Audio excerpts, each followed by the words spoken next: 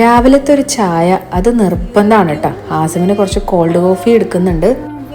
ഇക്ക കൂടെ ഇല്ലാത്ത സമയത്ത് രാവിലത്തെ എൻ്റെ ക്രൈം പാർട്ട്ണർ ഹാസിമാണ് കേട്ടോ.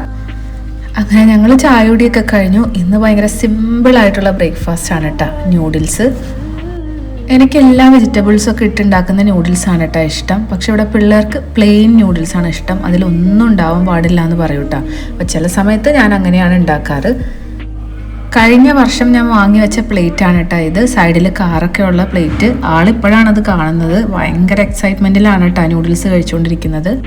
എനിക്ക് ബുൾസൈം ഉണ്ടാക്കിയിട്ടുണ്ടായിരുന്നു. വീട്ടിൽ നിന്ന് അത്യാവശ്യം കറികളൊക്കെ ഞാൻ പാഴ്സൽ ചെയ്ത് എടുത്തിട്ടുണ്ടായിരുന്നു കേട്ടോ. അതുകൊണ്ട് ഒരുപാട് പണികളൊന്നും ഉണ്ടായിരുന്നില്ല.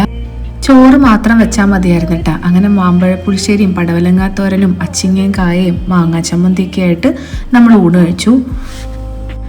വരുന്ന ആഴ്ച നമ്മൾക്ക് നമ്മുടെ കസിൻ്റെ കല്യാണമാണ് കേട്ടോ. അപ്പോൾ അത് പ്രമാണിച്ച് മൈലാഞ്ചി ഇടാനുള്ള പരിപാടികളൊക്കെ നടന്നുകൊണ്ടിരിക്കുകയാണ്. ലഞ്ച് കഴിഞ്ഞിട്ടുണ്ടെങ്കിൽ എന്തെങ്കിലും ഒരു മധുരം നിർബന്ധമാണ്. ഹോർലിക്സ് ആയിരുന്നു കേട്ടോ ഇന്നത്തെ താരം. ഹംദാൻ എന്തായാലും വെക്കേഷൻ വർക്ക് സ്റ്റാർട്ട് ചെയ്തിട്ടുണ്ട് കേട്ടോ. അത്യാവശ്യം വെക്കേഷൻ വർക്കുകൾ ചെയ്യാനുണ്ട് സ്കൂളിലേക്കുള്ളത്. അപ്പോൾ ഇപ്പോഴേ സ്റ്റാർട്ട് ചെയ്താലാണ് പോകുമ്പോഴത്തേനും കഴിയുള്ളൂ. അപ്പോൾ ഇന്നത്തെ വീഡിയോ ഇത്രയൊക്കെ ഉള്ളൂ. നാളെ കാണാം.